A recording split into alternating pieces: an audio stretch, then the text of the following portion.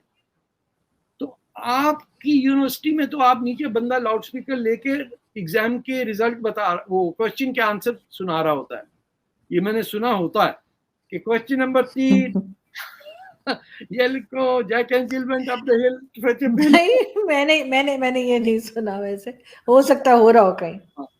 ہمارے ایک انویجیلیٹر دوست نے بتایا کہ اب میں اس کا کیا کروں, وہ تیسرے فلور پہ ایگزام ہو رہا ہے, نیچے لاؤڈ اسپیکر پہ ایک آدمی سارے جواب دے رہا ہے.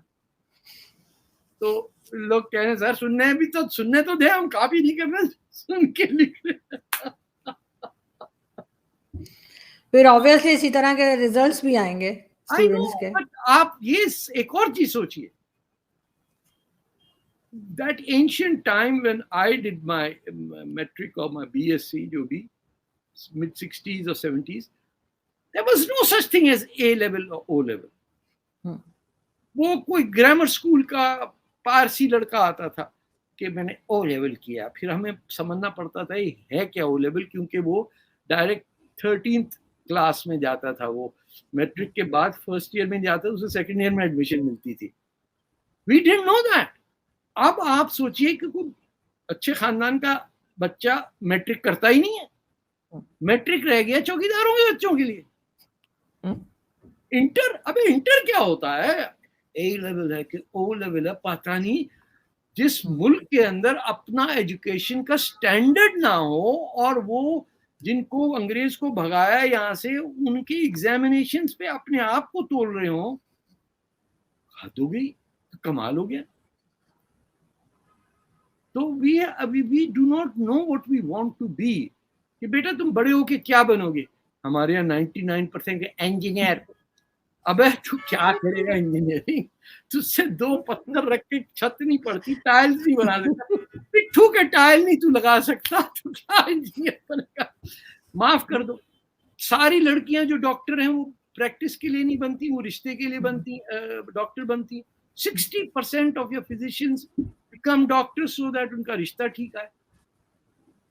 کمال ہو گیا یار, کیسی جانور سوسائٹی ہو گئی ہے کہ اتنا پیسہ لگتا ہے کسی کو ڈاکٹر بنانے میں, اور وہ دولہا لے کے چلا جاتا ہے, اور وہاں ساس دے دیتی چابی کہ یہ لو بیٹا آج سے کچن تمہارا. اچھا, انہوں نے پڑھا بھی اسی لیے ہوتا ہے تاکہ رشتہ مل جائے, ان کو خود بھی کوئی انٹرسٹ نہیں ہوتا ہے ایز اے میڈیکل ڈاکٹر کام کرتے ہیں. اپنی ساس کی کچن صاف کرنے میں رہ جاتی ہے, پھر وہ دعائیں مانگتی کونے میں چھپ چھپ کے, کب جائے گی ساس, اللہ کو کیوں نہیں ہو جاتی.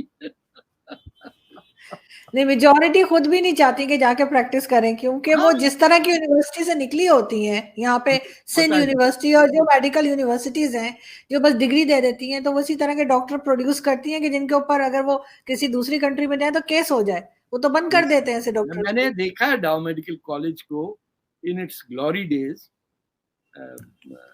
It was an amazing institution. I first went there in 64. نہیں 60 وار کے بعد 66 67 میں I used to go there. وہ ہمارے کچھ دوست تھے NSF میں, we would go there. It was a brilliant institution. آپ اندازہ لگائیے مارشل لاء کے اندر یہ ڈاکٹرز تھے, ہر پارٹی کا الگ اخبار بلیک بورڈ پہ لگا ہوتا تھا ان کی طرف سے. سینسرشپ تو ہے لیکن خبریں یہ ہیں آج کی, اور یہ ڈاکٹرز تھے.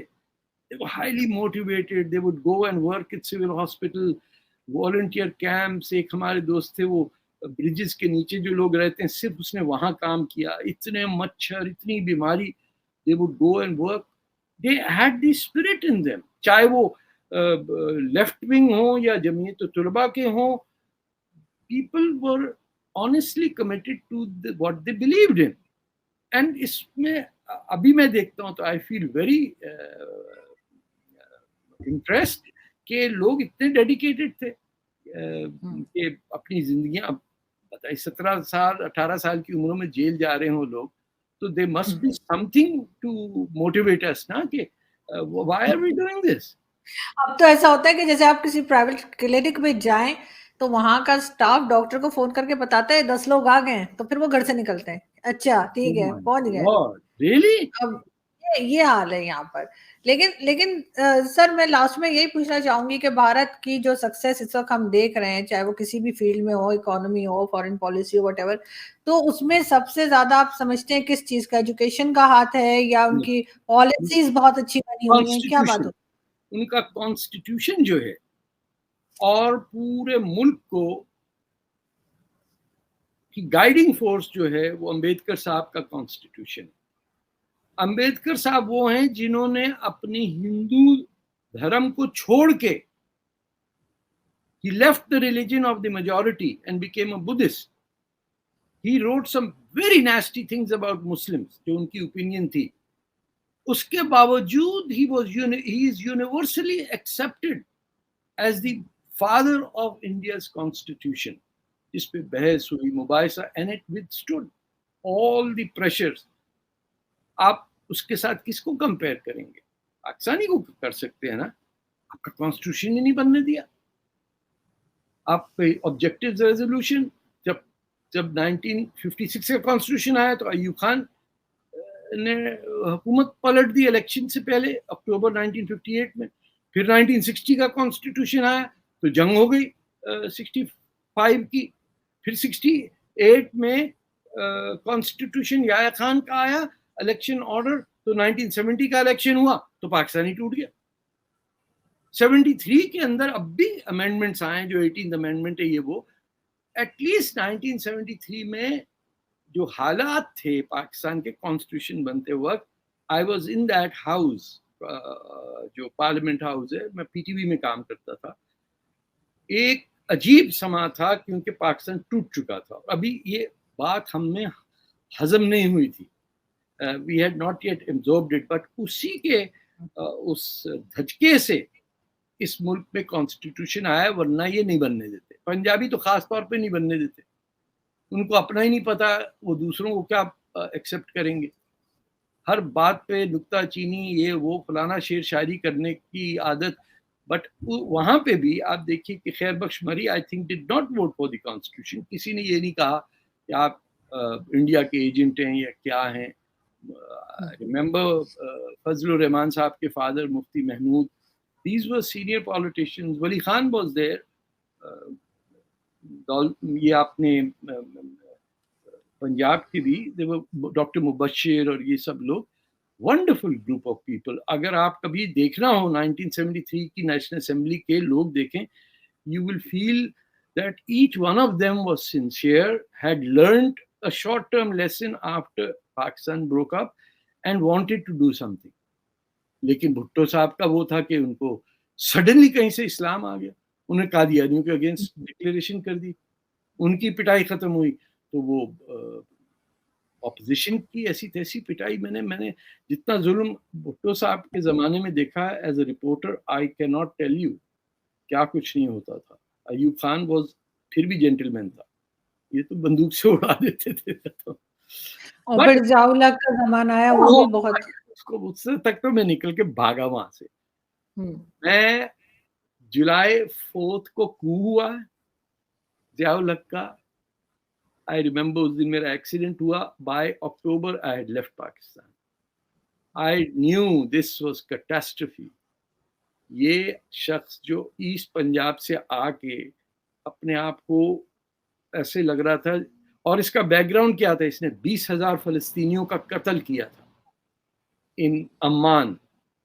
اس کو عرب کہتے ہیں ضائع الحق, یعنی یہ ضائع ہو گیا, جو ٹروتھ کو جس نے ضائع کیا, اس کا یہ نام ہے.